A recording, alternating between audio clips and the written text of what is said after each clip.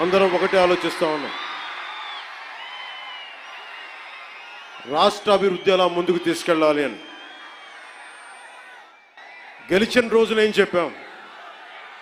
164 సభ్యులు ఎమ్మెల్యేలుగా గెలిచి 21 మంది ఎంపీలుగా గెలిచి ఆంధ్రప్రదేశ్ బలం, ఆంధ్రప్రదేశ్ విజయం,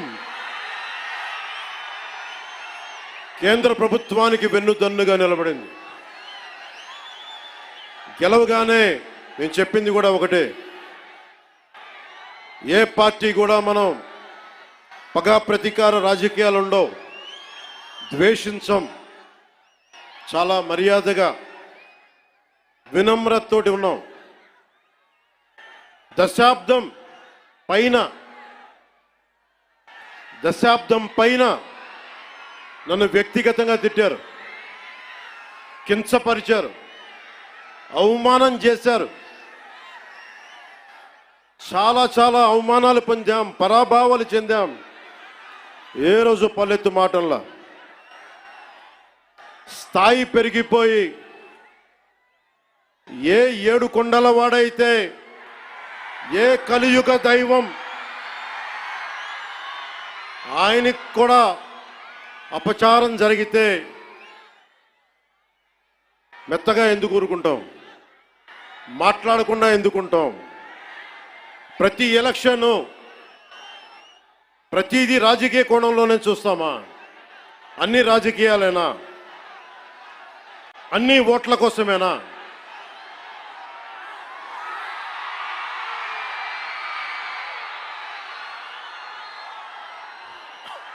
నా జీవితంలో ఇలాంటి రోజు రాకూడదని ప్రార్థన చేశాను.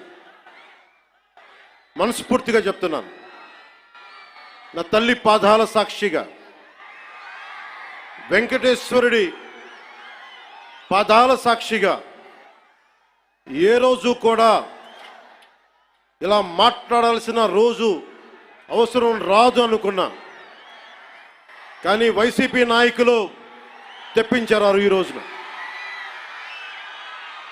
ధర్మో రక్షతి రక్షితః.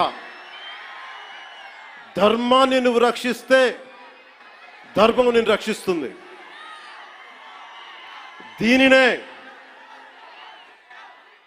Eminent jurist, legal luminary Nanabhoy Palkhivala గారు చెప్పారు ఒక మాట.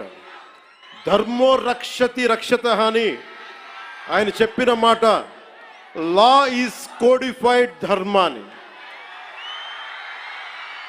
ధర్మాన్ని ఒక క్రమంలో బిగిస్తే, ఒక చట్టంలో బిగిస్తే అది చట్టం అవుద్దని. ఈ రోజున నాకు అన్యాయం జరిగింది, నేను బయటికి రాలా. అన్ని ధర్మాలకి గౌరవం ఇచ్చే సనాతన ధర్మానికి ప్రతిరోజు కొన్ని దశాబ్దాలుగా అవమానం చేస్తూనే ఉన్నారు, భరిస్తూనే ఉన్నాం. కల్తీ ప్రసాదాలు పెట్టారు.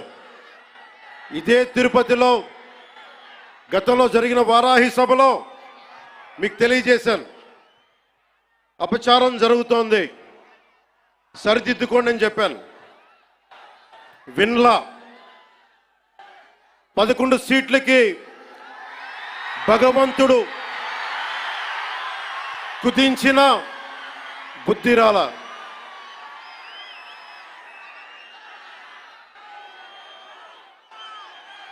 కొంత నేను ఈ స్పీచ్ కొంత ఇంగ్లీష్లో కూడా మాట్లాడాల్సి వస్తుంది. కశ్మీర్ నుంచి కన్యాకుమారి వరకు అర్థం అవ్వాలంటే కొంత ఇంగ్లీష్లో తప్పదు. అక్కడక్కడ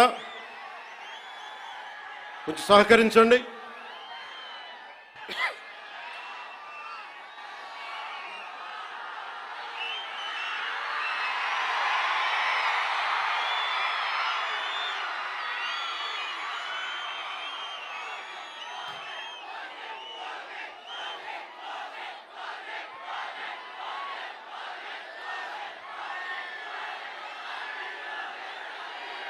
దిస్ ఈజ్ రిగార్డింగ్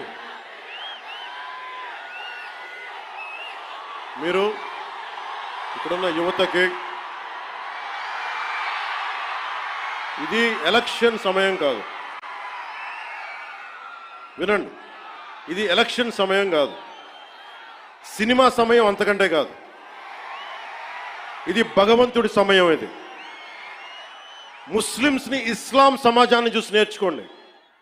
ఇస్లాం సమాజాన్ని చూసి నేర్చుకోండి. మీరంతా వాళ్ళ అల్లా అంటే ఆగిపోతారు. మనం గోవింద అన్నం ఆగం. మన దేశ దౌర్భాగ్యం మనం హైందవ ధర్మానికి మన గౌరవం ఇవ్వం. సినిమా హీరోలకి, నేను కూడా సినిమా హీరోనే, ఎప్పుడు గౌరవం ఇవ్వాలి, ఎప్పుడు చప్పట్లు కొట్టాలి, అది నేర్చుకోవాలి. మీరందరూ యువత, వచ్చే తరానికి మీరు నాయకత్వం వహించేవాళ్ళు. నేను వచ్చింది మీ చేతి ఇక్కడ జేజేలు కొట్టించుకోవడానికి రాలా, గొడవ పెట్టుకోవడానికి వచ్చాను. ఎవరైతే సనాతన ధర్మ విరోధులో, ఎవరైతే సనాతన ధర్మాన్ని మట్టిలో కలిపేస్తామని అన్నారో వాళ్ళతో గొడవ పెట్టుకోవడానికి వచ్చాను ఈ రోజున.